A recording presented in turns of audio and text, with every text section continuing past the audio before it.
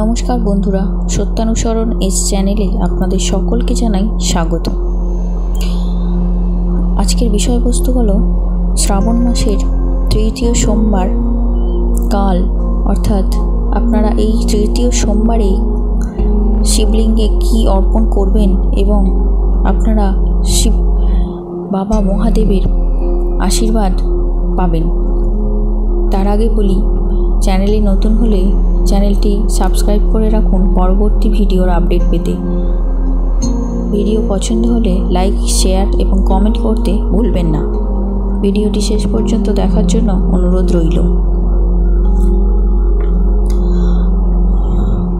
প্রথমেই বলি বন্ধুরা, শ্রাবণ মাসের এই তৃতীয় সোমবারে অবশ্যই আপনারা বাবা মহাদেবকে ফুল, তেল, গঙ্গাজল, ধূপ, ধুনো, বেলপাতা, মধু, দুধ দেবেন দিয়ে পুজো করবেন।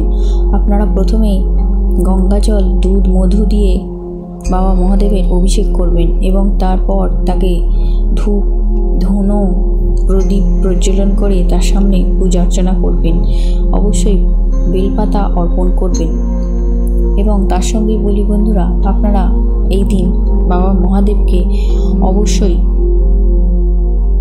বেলপাতা তো দেবেনই, তার সঙ্গে আকন্দ ফুল অর্পণ করবেন। অবশ্যই সেটি সাদা আকন্দ ফুল হলে খুবই ভালো হয়।